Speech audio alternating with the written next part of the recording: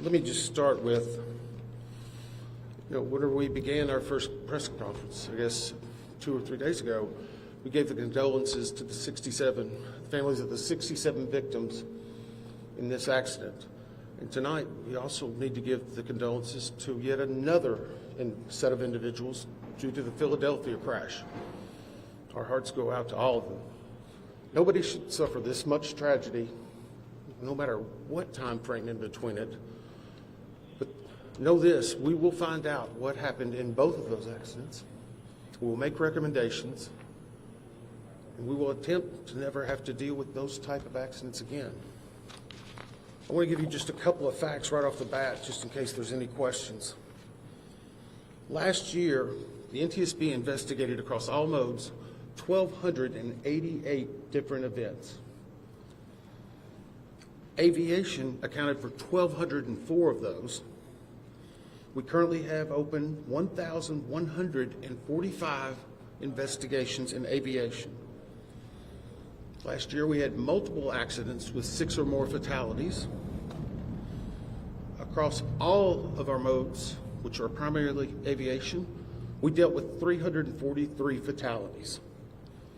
We currently have open 1,100 recommendations, and in aviation, there are 283 that are still pending.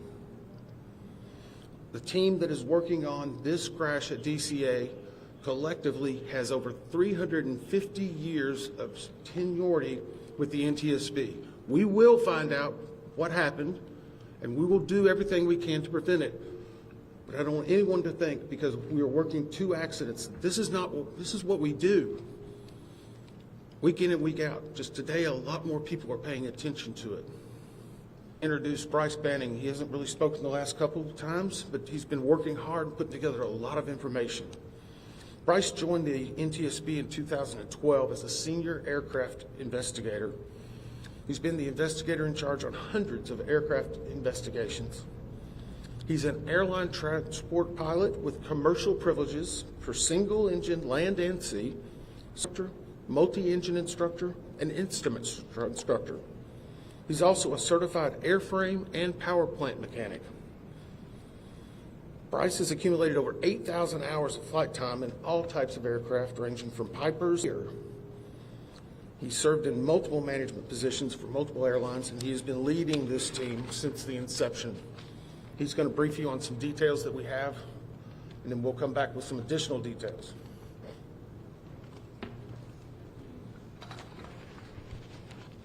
Thank you. The flight data recorder and the cockpit voice recorder from the PSA aircraft were recovered on Thursday in the late afternoon by the FBI dive team. The CVR and the FDR were provided to engineers at the NTSB Vehicle Recorders Division immediately after recovery. Both the FDR and the CVR were a L3 Harris Communications FA 2100 type. Both recorders are solid-state memory digital recorders.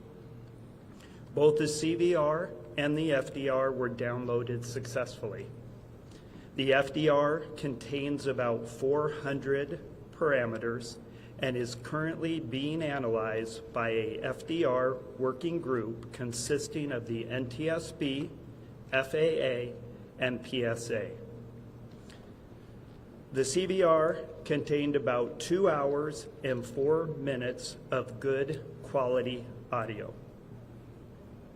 ADSB and FDR time were correlated. Timing will continue to be refined. Times are in Eastern Standard Time and are preliminary. The FDR captures the entirety of the accident flight.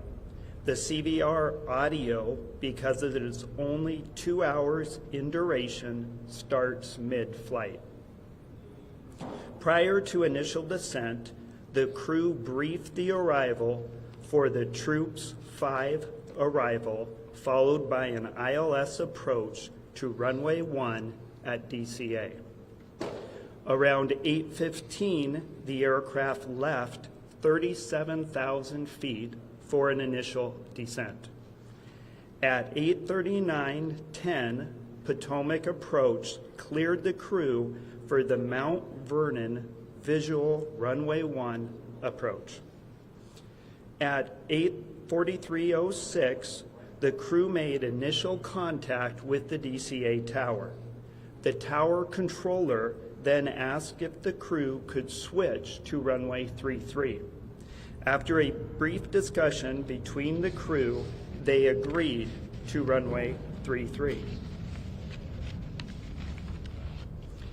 At 8:45:27, the autopilot was disconnected. At 8:46:01, a radio transmission from the tower was audible, informing Pat 25 that traffic just south of the Wilson Bridge was a CRJ at 1,200 feet circling to runway 33. At 8:46:29, the crew received a 1,000-foot automated call-out.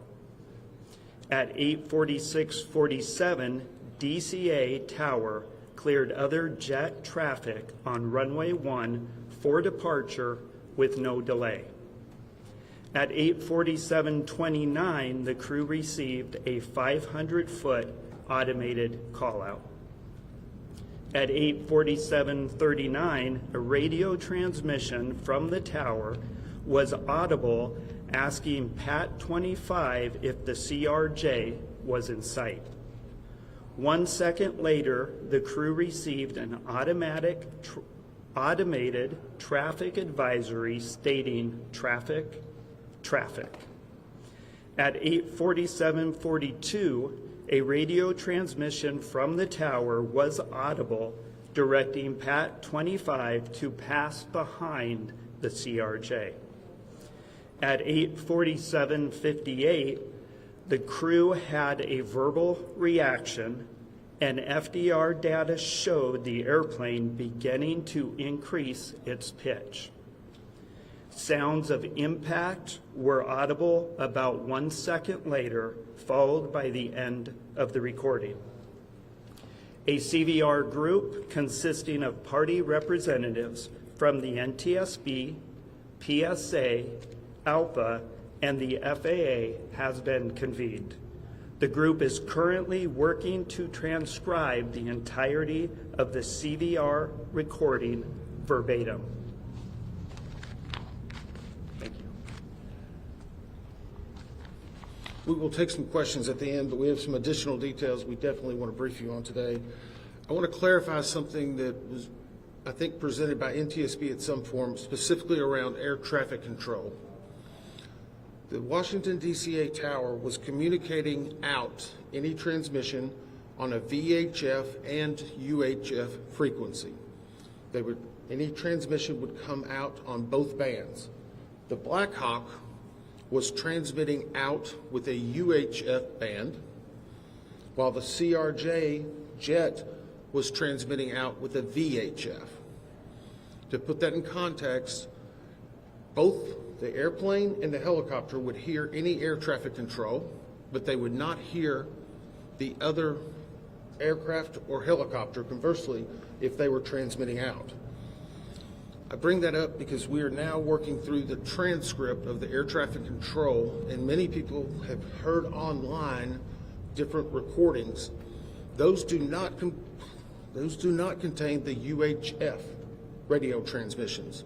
What they're hearing is the VHF recorded on certain software programs. As we synchronize the timing on that, we hope to be able to release it tomorrow. We do have it. We're working through the synchronization because the specific time will be very critical. Now, a few updates in regard to the Black Hawk helicopter. We can verify it was on a training flight that would utilize night vision goggles. We do not know at this time if the night vision goggles were actively being worn, nor what the setting may be, if that occurred, and what factor it may play in the overall accident. We do know that and we announced the combination CVR and the flight data recorder was extracted last night from the aircraft. When it was brought to our lab and opened, there was a water intrusion. Again, this is not uncommon. If you recall, in the CRJ, that cockpit voice recorder also had a water intrusion. It is going through the same process of ionized water until it's put into a vacuum oven. We still are very confident we will have that data. On the Blackhawk, we can confirm that we are looking into a priority air transport, and that's where you hear PAT, that on the prior day, PAT 11 was in close contact with a Republic Air flight. The Republic Air flight rejected the landing and did a go-around. The reason we are bringing this up is our data currently shows there was over 1,000 feet of separation between those two aircraft. 1,000 feet is a good safety barrier. Obviously, the pilot made its own decision in rejecting the landing. We just wanted to bring that fact out. It will be. So now let's go into controllers.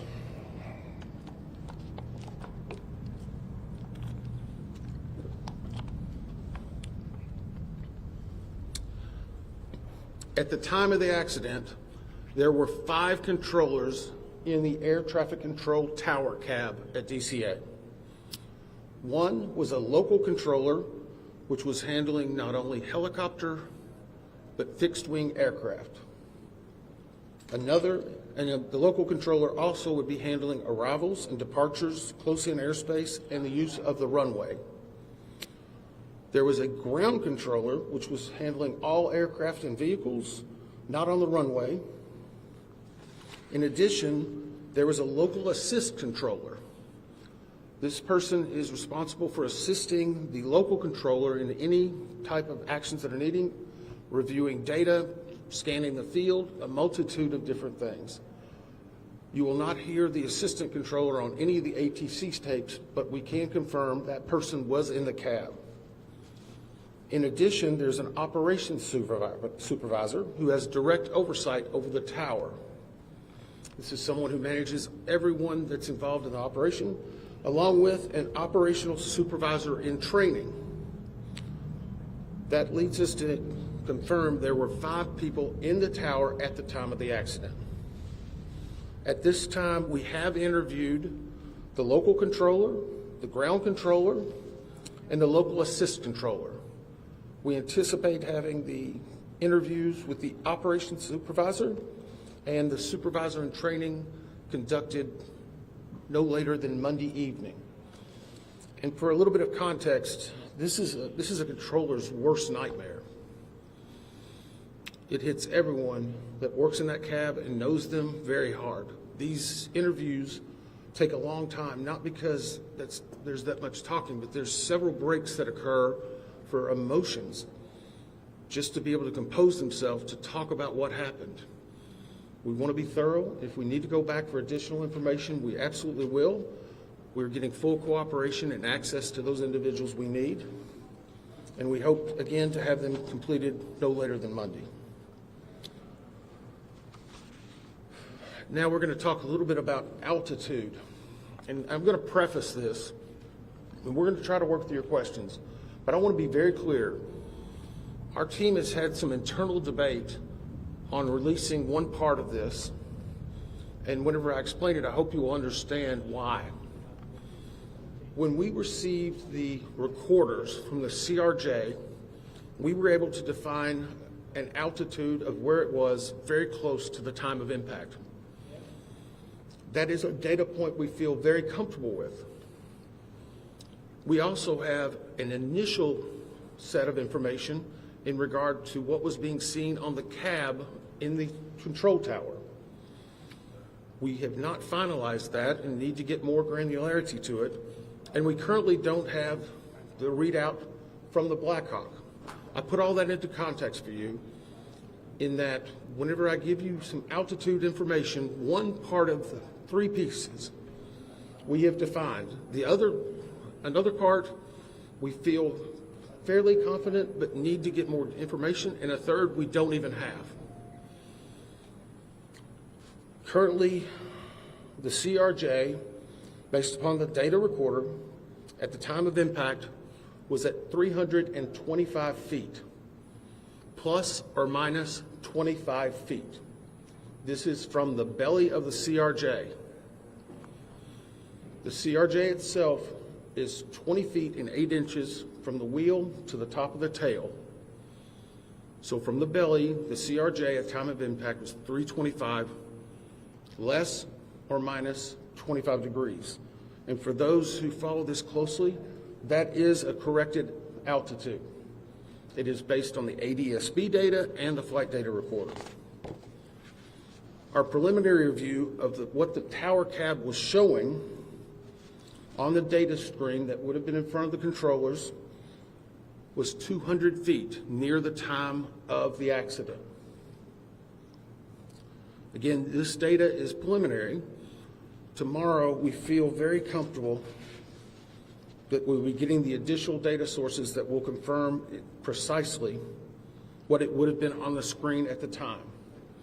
And I would also caution you, there's typically in the cab on that screen, it may be a 4 to 5 second refresh rate. But obviously, this is something that we're going to be looking at very closely. The third prong of that is the helicopter recorders. Between those three, whenever we have those data points finalized, we feel that we'll be very comfortable in saying exactly what altitude this occurred at. And I know that's been a lot of speculation. You may have a few questions on it, but I want to caution, we're trying to give you what information we have and we verified at that time.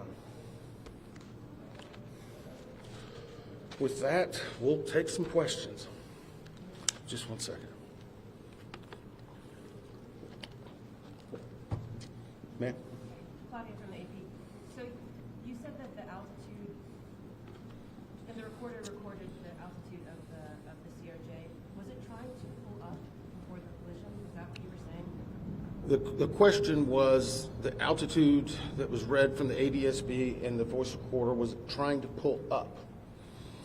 I can tell you at one point very close to the impact, there was a slight change in pitch, an increase in pitch.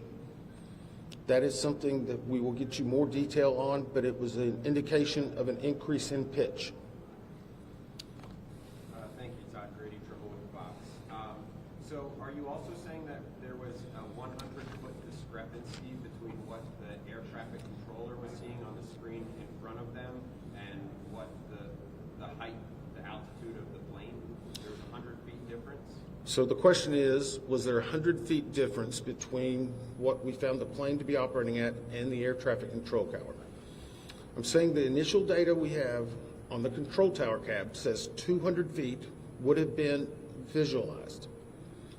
This is a fairly good estimate, but it needs to be finalized. I shouldn't say estimate. It's a fairly good initial read. And again, the CRJ was operating at 325 feet, plus or minus 25. And how common is it that the two aircraft would be operating on different frequencies with the same control tower? The question is, how common would it be that the two aircraft would be operating on separate frequencies? It is completely common. Military operates on one frequency, civilian on another. We're just trying to clarify that because you're only reading something or hearing some things online, so we're trying to give them this. Yes, sir. Mr. Inman, Dave Lavelle with DC News Now. At this point, you've given us the CRJ, but can you speculate on the altitude of the PAT at this point? We cannot speculate. The question is, can we give any information on the altitude of the PAT? We cannot at this point. Obviously, an impact occurred, and I would say when an impact occurs, that is typically where the altitude of both aircraft were at the moment. But again, whenever we have the data from the recorder, we will be able to give you more specific. And just to follow up, if I may, sir, there have been reports, can you comment on reports that PAT may have flown above its max limit in that airspace? So the question was, can I comment on reports that PAT may have flown above its max limits? No, because I haven't heard that. And I don't try to look at the media that much. So By not saying that, I'm not denying, but I just haven't heard it. We haven't discussed it. I'll ask the investigator in charge. Do you have any information on that? Yeah, I can provide just a little bit of context. The PAT 25 was within the lateral boundaries of a helicopter route. The ceiling of that route was 200 feet. As Member Inman said, we have not got the data out of the FDR for the Blackhawk at this time, but that's what we know. Okay, we're going to go down here. David Kaplan with Fox 5 here in DC. You mentioned as you walked through the timeline that there was a broadcast over the cockpit of traffic. Can you talk about what indications, if any, you have that the plane's anti-collision system was working? It's my understanding that that broadcast goes out if the system has been activated. Can you comment on what you've learned about the anti-collision system? The question is about the traffic that was heard on the cockpit voice recorder. I can say this, we're defining what is inside of each system and what they were outputting. Because of the unique nature of military aircraft, we need additional specialization, which we have. But for right now, we're trying to present you with what we've heard, so we need further information to be able to find why it was indicated. Night goggles, how will you determine if they were wearing the night goggles or not? The question was, how will we determine if they were wearing the night vision goggles or not? Part of that will be based, and we already know during the extraction of the bodies, how they were presented and what was around them. I can say that impact was very significant. And so it will take additional analysis of their helmets, the attached areas. We're looking to find if the night vision goggle bags, whenever we extract the aircraft, are they empty? Are they found in the debris field? There's a lot of different variables we need to find out before we determine that. Yes? Thanks, Chase Williams from Fox Business. I know that it was 4 minutes before impact that there was a runway switch. They switched to 33. How routine is that, and is that enough lead time for pilots and other traffic in the area to be aware of, a change in the pattern? Okay, so the question was in regard to, and the term you used was runway switch.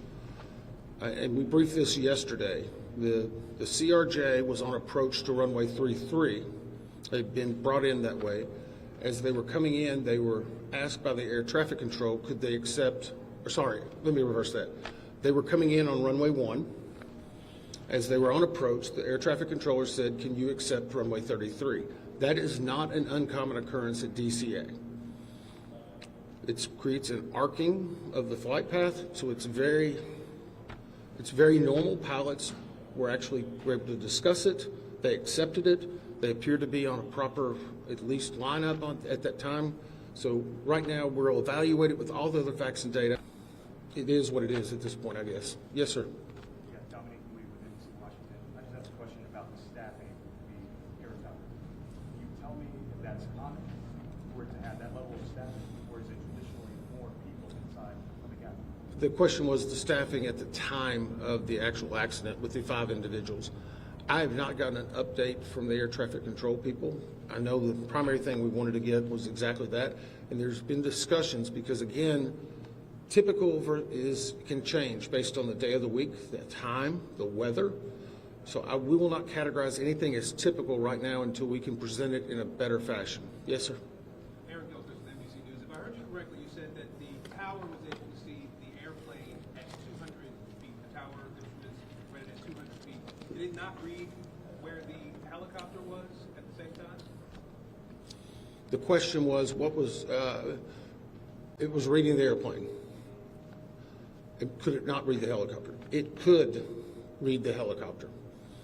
And the reason why I'm saying it could, and this is again getting into more specific information, the definition that's needed for us to evaluate that further will be downloaded tomorrow. Do you want to answer a little bit on how those control towers, or I'm happy to continue. Okay. Those monitors obviously assimilate different pieces of information. So our initial read was showing that. We're giving you the 200 feet as indicative of the CRJ. I don't want to speculate specifically on the Blackhawk. Sorry, it's reversed, right? Come on. So, as previously stated, we know that the FDR and data provided indicated that the CRJ was at 325 feet plus or minus 25 feet. We also, initial preliminary data right now indicates that on the tower's radar scope that was available to the controller, initial data indicates that he may have seen 200 feet. That needs to be verified. Our ATC group is working it. We will have more data available, but those are the initial indications. And no indication for the Black Hawk on that screen at that same time? The data that I'm talking about, the 200-foot data that would have been available on that radar scope, that was the Black Hawk. The 325-foot that we've given you is ADSB data, FDR data, other data combined to get an accurate altitude of the CRJ, 325 plus or minus 25. The radar data, where that helicopter is down at 200 feet, it has less fidelity.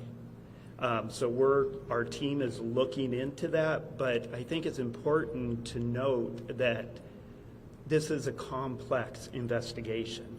There's a lot of pieces here. Our team is working very hard to gather this data, make sure we... Hang on, I'll call on people. Yes, ma'am. Can you just confirm what your colleague just said, that the CRJ was showing at 375 feet and the Black Hawk was showing at 200? So the question again, and I'm going to try to say this one more time. The CRJ, at the time of impact, based on ADSB data and the voice and the data and the flight recorder, shows that that airplane was positioned at 325 feet plus or minus 25 feet. On the radar scope in the cab, our preliminary review shows that the Black Hawk helicopter would have visualized at 200 feet. It's not as defined. That is preliminary. We will get more significant information. We wanted to present the 325 plus or minus because we knew that. We have good certainty with it, but without presenting it with the radar scope information or with presenting that, it could cause some conflict. So I'm going to be very careful to make sure we still have a lot more work to do. These are one of thousands of data points and will be hundreds of thousands of pages. We're trying to release the information as we know it and make sure we're giving the best information that's accurate and learning from it.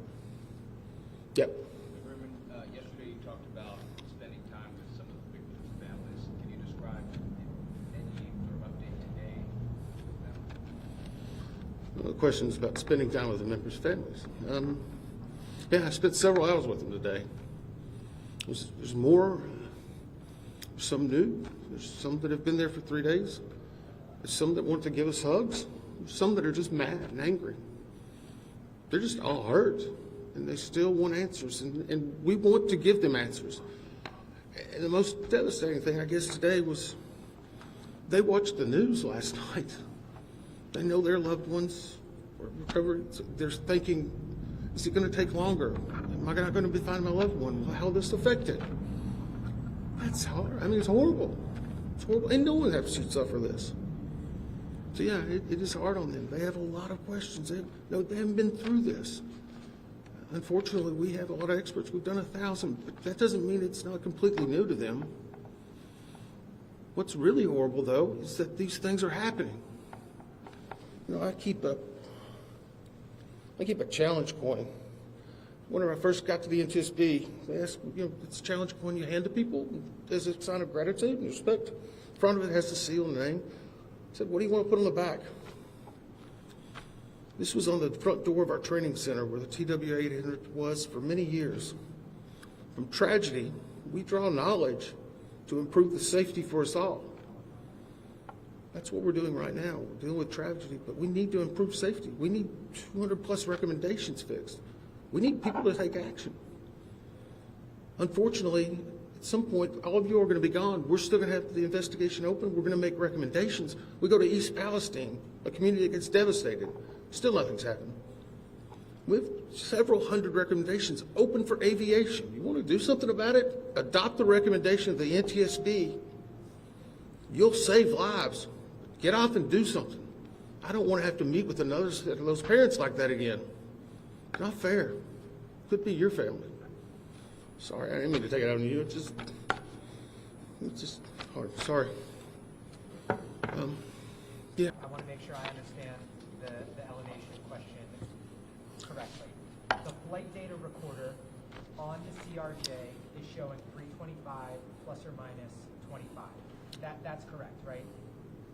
The question is, and I apologize, I've said this 3 or 4 times, on the CRJ, the flight data recorder that has been localized from the ADSB data and other is showing the time of impact. 200 feet inside of the air traffic control cab was for the helicopter. Is that The question again, the preliminary data that we have not validated yet and are still trying to verify was that the radar scope was showing the helicopter at 200 feet. Now again, you can have, we're not saying plus or minus because we don't really know that. It's not as granular. We will have the exact data set tomorrow evening. We knew you would have some questions, so please be responsible in reporting this. We need more info, but we know that some of that information is coming out, and we're trying to provide it. No more. Sorry, I've answered the same question several times. Sorry. Go ahead. This is just a clarification point on this topic. I understand what the radar scope in the ATC cap was showing and what the black box showed you from the CRJ. I guess the question is, what would explain the discrepancy, which appears to be 100 feet, when clearly they hit each other? So the question is, what would explain this discrepancy? That's what our job is to figure that out. That's what we're doing. That's the reason we're giving you information to dispel some information that may be out there. We're the gold standard across the world because we tell the facts.